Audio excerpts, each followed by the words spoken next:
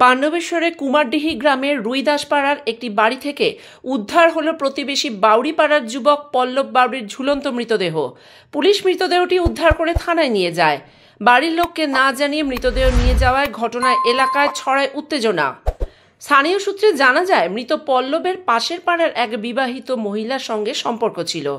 রাতে পল্লব চুপিসারে ওই মহিলার বাড়িতে যায়।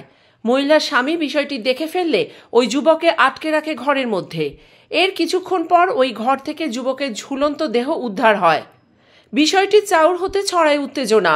বেশ কয়েকটি বাড়ি ও দোকানে ঘটে ভাঙচুরের ঘটনা।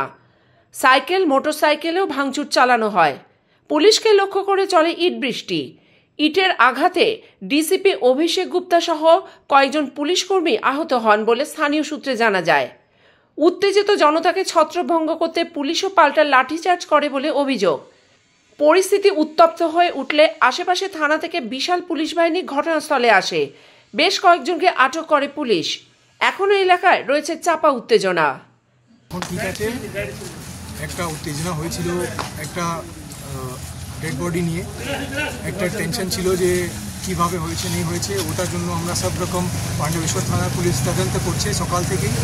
তো সেই জন্য আমরা এটাই বোঝাচ্ছি, লোকাল মানুষকেও বারবার বোঝাচ্ছি। তো এখন অনেকজন বুঝেছে এই জিনিসটা।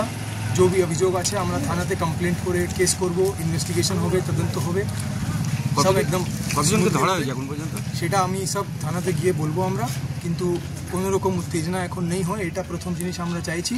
আর মানুষকে এটা বোঝাতে চাইছি প্রথমে যে এইসব উত্তেজনা করে কোনো লাভ নেই। আমরা তো সব রকম কমপ্লেন্ট নিচ্ছি, তো जो भी কমপ্লেন্ট আছে ওটা নিয়ে কেস হবে, ইনভেস্টিগেশন। বডি রিকভারি করেছে পুলিশ, ফার্স্ট ইমিডিয়েটলি হসপিটালে পাঠানো হয়েছে। এটা প্রথম রেসপন্সিবিলিটি আছে, এটাই স্ট্যান্ডার্ড প্রোটোকল, এর ছাড়া অন্য কিছু হয়নি। আর বাকি जो भी আছে সব investigation protocol, proper protocol follow করে হচ্ছে, সব কিছু আইন হিসাবেই হচ্ছে আর আইন হিসাবেই হবে। ব্যুরো রিপোর্ট, আমার কথা নিউজ।